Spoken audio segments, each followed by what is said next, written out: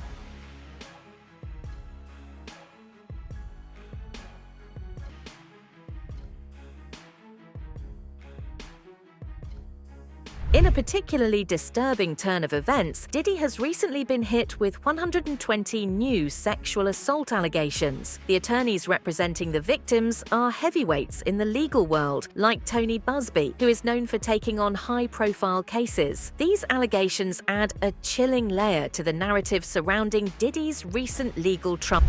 I want to visit with you real quickly before we close here about some specific instances without disclosing the victim's name. You probably know that depending on the age of the victim, you can file these cases, these individual cases, under Jane Doe or John Doe. Each state is different in that respect. Typically there is a balancing test, like the public's right to know the name of the victim and plaintiff versus the confidentiality and the safety of the plaintiff. So we'll have to struggle with that with each one of these cases. Our intention, of course, is to, like we always do, file these cases under a pseudonym until the court tells us otherwise. But let me share with you a few, just kind of give you a sense of the kind of cases and the kind of instances that people are calling and reporting that we are trying to corroborate, vet, and these are the ones that we've already corroborated, vetted, and collected evidence on.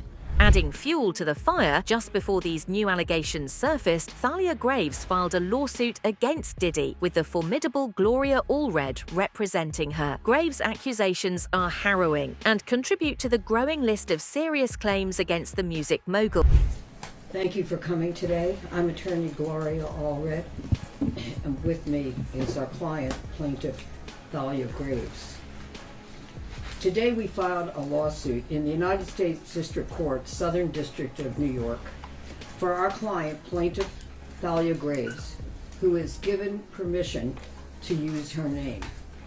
The case number of the 26-page complaint is 1:24-CV-07-201.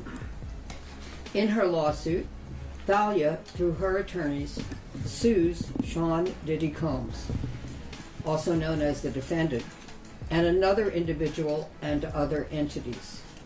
The complaint alleges in part, in the first cause of action, that defendant Combs and another defendant committed a, quote, violation of New York City Victims of Gender Motivated Violence Protection Act by viciously and violently forcing sexual contact. But that's not all. Diddy, alongside other big names like Beyonce and Jay-Z, has been accused by Ali Carter of being involved in satanic rituals. Carter claims she was a victim, and while her allegations may seem far-fetched, they take on a chilling resonance in light of Diddy's current legal issues. Many are left wondering, is there an even darker side to Diddy that we have yet to uncover? I was taken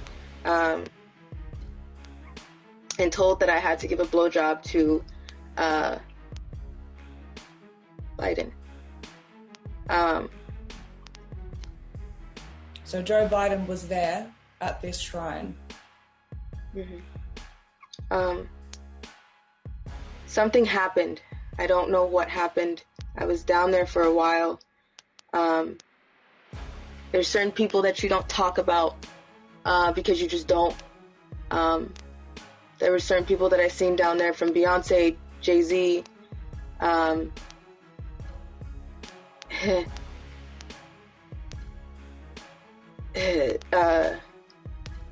You don't tell on P. Diddy, but P. Diddy. So you said you don't tell on these people. Is that like a code that all victims adhere to? They don't talk about this stuff? Yes, you don't, because nobody's gonna believe you. You're nothing to them. You don't count. You're just a toy. The internet has been abuzz with speculation and theories regarding Diddy's alleged involvement in satanic rituals. Netizens have taken to social media to voice their opinions and share their own theories, creating a whirlwind of discussion that adds to the intrigue surrounding this case. Here's the proof of the satanic activity that happened at Diddy's parties. You can see him right there holding a candle, pouring hot wax onto the subject below. Many of these women who were forced to be in these activities were not only there because of a financial incentive, but also because of social pressure and other things like promises of afterlife and things like that. False promises, obviously, but things that they take very seriously, as creeps like that in the background, drinking his little drink and holding a camera, continue to film it. You can see him grasping the camera in his hand there. Why would that guy be friends with Diddy? Why would he be invited to the party? And the answer is he's not friends with Diddy. This is an individual who is just there for the sick pleasure of participating, one of Diddy's handlers, if you will. Take a look at all of the people, though, in the background, and many such cases of these handlers who just want to participate in the evil that takes place there, looking like zombies, looking like people who have no... Despite being under federal investigation, Diddy continued to host lavish parties and freak-offs. This brazen attitude is reportedly part of the reason he has been denied bail multiple times by judges. According to the authorities, if he couldn't control himself from throwing these parties while he was under investigation, there's no reason he'll be able to control himself now. Hence, there's no reason to trust him. The defendant has emphasized his supposed cooperation with the government, including his willingness to surrender, meaning how he came to New York to ultimately surrender to the charges. The court should take that argument for what it truly is: attorney-crafted theater designed to convince this court that the defendant can be trusted and is not a risk of flight. Make no mistake, the defendant's recent behavior shows that he cannot be trusted or controlled, particularly now that he is facing serious charges that carry significant penalties. As Judge Tarnofsky observed, and this was the judge who originally denied bail, "Your lawyer asked me to trust you and to trust him, and I don't know that I think you can trust yourself, and I don't believe that counsel has the ability to control you." And then the government says in their letter, quote, "Indeed, since at least in or about January 2024, when the defendant was unquestionably aware of the criminal investigation, the evidence shows that he is engaged in multiple freak-offs, some involving the interstate transportation of individuals to participate, has continued to use narcotics, and has contacted multiple witnesses. Some of this conduct has even taken place since the defendant arrived in New York City, allegedly to sit it out and wait to be arrested. The defendant's conduct is demonstrably not cooperative and indeed highlights his inability to abide by the law or counsel's directives. Now, let's turn to a man who has claimed to be a sex slave of Diddy long before these federal investigations or the Cassie lawsuit came to light. His body language has been evaluated, and experts believe he presents as credible. This revelation has caused many to reconsider the validity of his claims as new information continues to surface. I had sex with Cassie and Sean. Basically, he would tell me what to do with Cassie. I had like 15 encounters, and I heard a lot of business, because what they would do is Sean talks a lot on the phone and on the TV with speakers and stuff, and I was like a sex slave, okay? For them, that's what I was. That's all. All right, Dr. Glass, what do you make of it? Well, first of all, he leans forward. And so he has a secret to tell. He has something important to say. When people lean forward, that's one of the things they do. Also, his gestures match what he's saying when he gestures with his hand to the ear, like using the telephone, and then he leans back. He's very, very credible in terms of his body language. So he seems very solid. There's no hesitation in his tone. So in that respect, you see credibility. Okay, so Cassie claims that Combs used his money and influence to abuse her, keep her from leaving the relationship. She claims that Combs would have male escorts brought in to his home. Tony Busby also shared alarming details, revealing how Diddy allegedly pressured participants at his freak-off events to consume laced drinks. Even more troubling is the accusation that a 9-year-old was sexually assaulted in Diddy's studio. These revelations are nothing short of horrifying. One individual who was 22 years at the time she was assaulted said that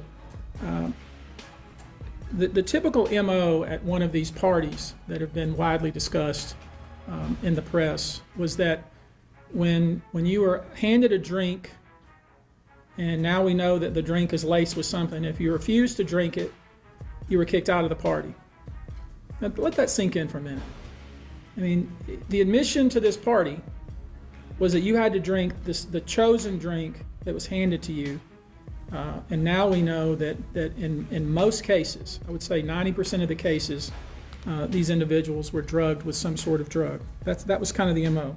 Another instance, this individual who was 9 years old at the time was taken to an audition in New York City with Bad Boy Records. Other boys were there to audition as well. All of them were trying to land a record deal. All of them were minors.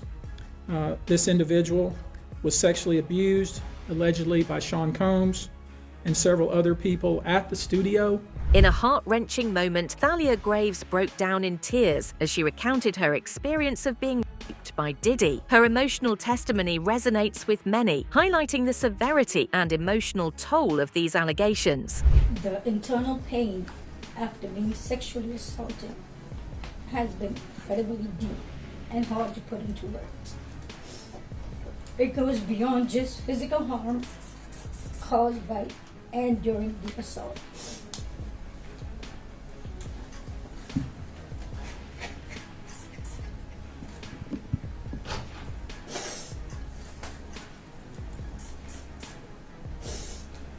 It's a pain that reaches into your very core of who you are and leaving emotional scars that may never fully heal.